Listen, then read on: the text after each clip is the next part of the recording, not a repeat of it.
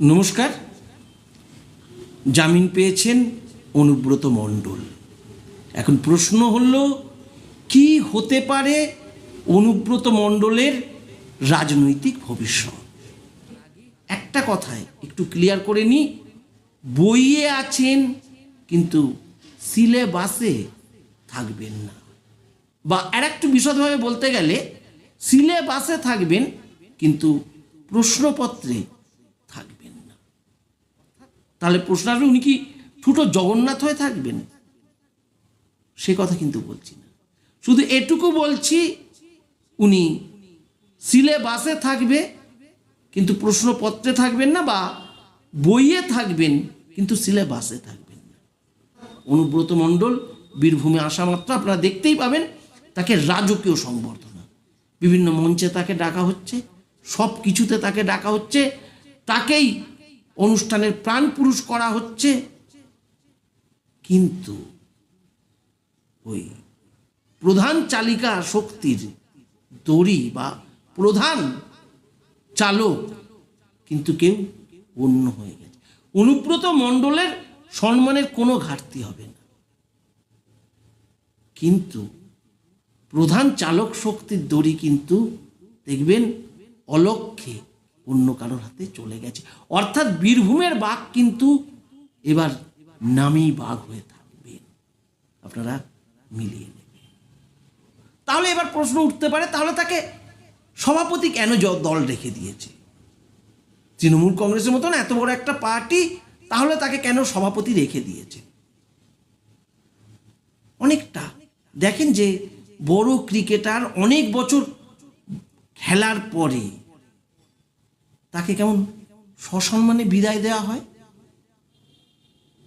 আপনারা জানেন কি না জানি না, অনেককেই বলা হয় এবার তুমি রাজকীয় অভ্যর্থনার সাথে বিদায় নাও, নয়তো কিন্তু তোমাকে দল থেকে তাড়িয়ে দেওয়া হবে।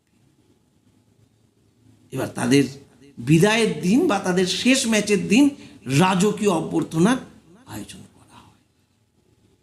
জানি না এখানেও ঠিক তাই হবে কি।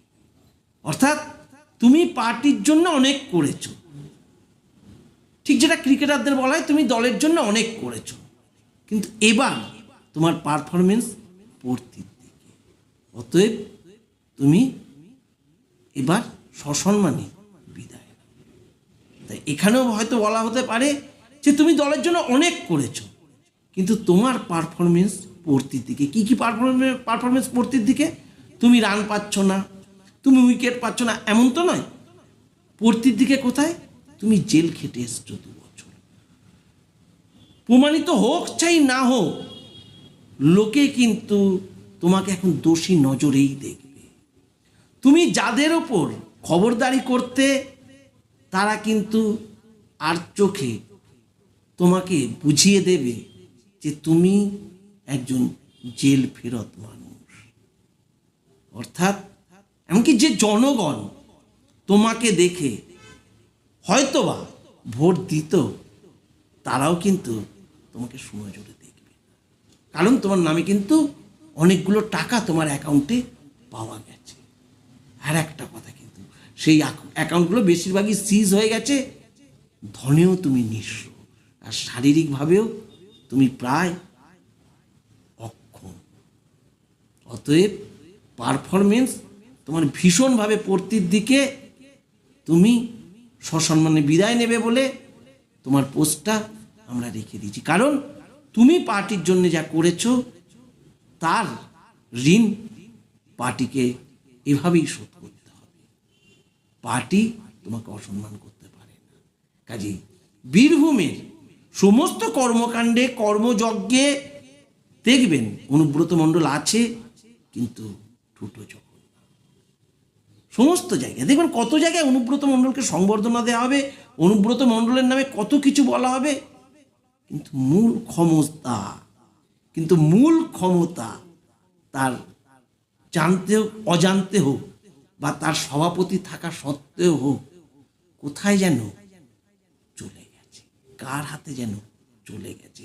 সেটা হতে পারে বীরভূম জেলারই কেউ, বা সেটা হতে পারে অন্য আরও কোনো বড় রাজ্যের নেতা। কিন্তু তুমি এখন ঠুটো জগন্নাথ হয়ে থাকবে, এটাই হয়তো অনুব্রত মণ্ডলের ভাগ্যে বা রাজনৈতিক ভবিষ্যৎ। কোনো তোমার সম্মানের কোনো ক্ষতি হবে না, সব সময় তোমায় ডাকা হবে, তোমায় মালা দেওয়া হবে, তোমায় বরণ করে নেওয়া হবে, তোমার জন্য বড় বড় মঞ্চ বাঁধা হবে, সব জায়গায় তুমি মধ্যমণি, তুমি প্রধান বক্তা থাকবে। কিন্তু মূল চালিকা শক্তি তার হাত থেকে যেন কোথায় সঞ্চারিত হয়ে গেছে। ঠিক যেটা বললাম, উনি বইয়ে থাকবেন কিন্তু সিলেবাসে থাকবেন না, বা সিলেবাসে থাকবেন কিন্তু প্রশ্নপত্রে থাকবেন। অতএব তুমি সম্মানজনকভাবে সভাপতির পদটা এবার পরিত্যাগ করো। তুমি ফিরে এসে সভাপতির পদ সসম্মানে পরিত্যাগ করবে, এর জন্যই তোমাকে সভাপতির পদে রাখা হয়েছে।